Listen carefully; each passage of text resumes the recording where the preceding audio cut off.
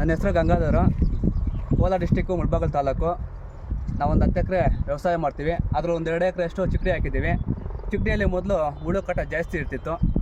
ಹುಳು ಕಾಟ ನಾವೇನಪ್ಪ ಮಾಡೋದು ಅಂತ ನೋಡ್ತಾ ಇದ್ವಿ. ಆ ಟೈಮಲ್ಲಿ ನಮಗೆ PI ಕಂಪ್ನಿದವ್ರು ಬಂದು, ಅಪ್ಪ ಪ್ರಾಡಕ್ಟ್ ನಮ್ಮ ಹತ್ರ ಪ್ರೋಪ್ರಿಯಾ ಚೆನ್ನಾಗಿದೆ, ಅದನ್ನು ಒಂದ್ಸಲ ಯೂಸ್ ಮಾಡಿ ನೀನೇ ಹೇಳ್ತೀಯ ಅಂತ ಹೇಳಿದರು.